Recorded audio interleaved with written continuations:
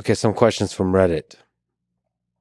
Ask Levy if he deep down hates his audience. I saw that. Yeah, I saw that was the top one. I have a love-hate relationship with the chess subreddit.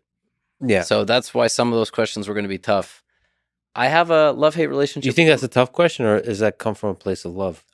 Very, very tough to say. Very tough to say. Is love and hate, like, they're basically next door neighbors on Reddit. I feel like correct. They oscillate very quickly between each other. Yes. So Reddit chess specifically, I think, is mostly folks who are around before the chess boom. So the chess is the chess subreddit. Sorry to interrupt. Yeah. So a lot of them have been around for 5 years, 7 years, 10 years, even more. And I think the average age on Reddit is lower than the average age on the chess subreddit. I think that the chess subreddit is beyond the age of 20, maybe even 25. Like a lot of folks there are ancient people in their mid-20s. Yeah, I mean, not 15 or 16. Anarchy chess is younger. So anarchy chess is basically chess memes. That's a subreddit Yes, name? you got it. Yeah, anarchy chess is great. A lot of stupid memes on there. Do they like you or no? Or is it love? They did until my crypto sponsorship. Which is a separate convo that I'm more than happy to have.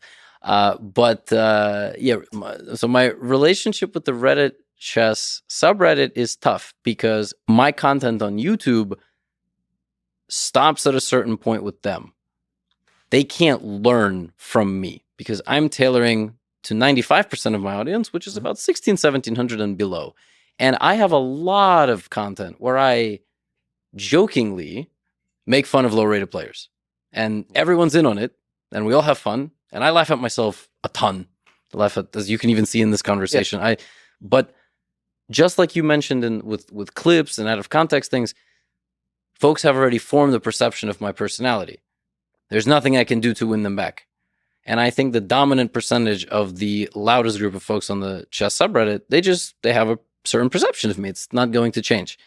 And you add something like cryptocurrency sponsorship, which people on Reddit just in general are relatively negative on the subject, is going to start, snowballing more and more. So if you ever look up a thread of, should I buy a Gotham course? And it's on Reddit chess, I was going to say no. Everyone's calling it a scam, overpriced. Interesting. I heard a lot of really positive stuff. I don't know where, on Reddit in general.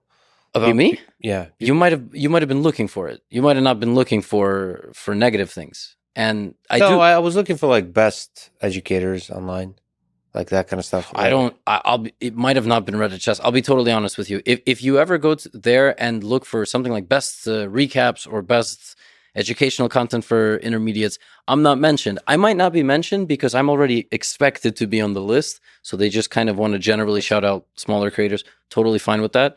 And I'm not even going on this whole explanation because I want to win folks back. It's just sort of the reality of the situation.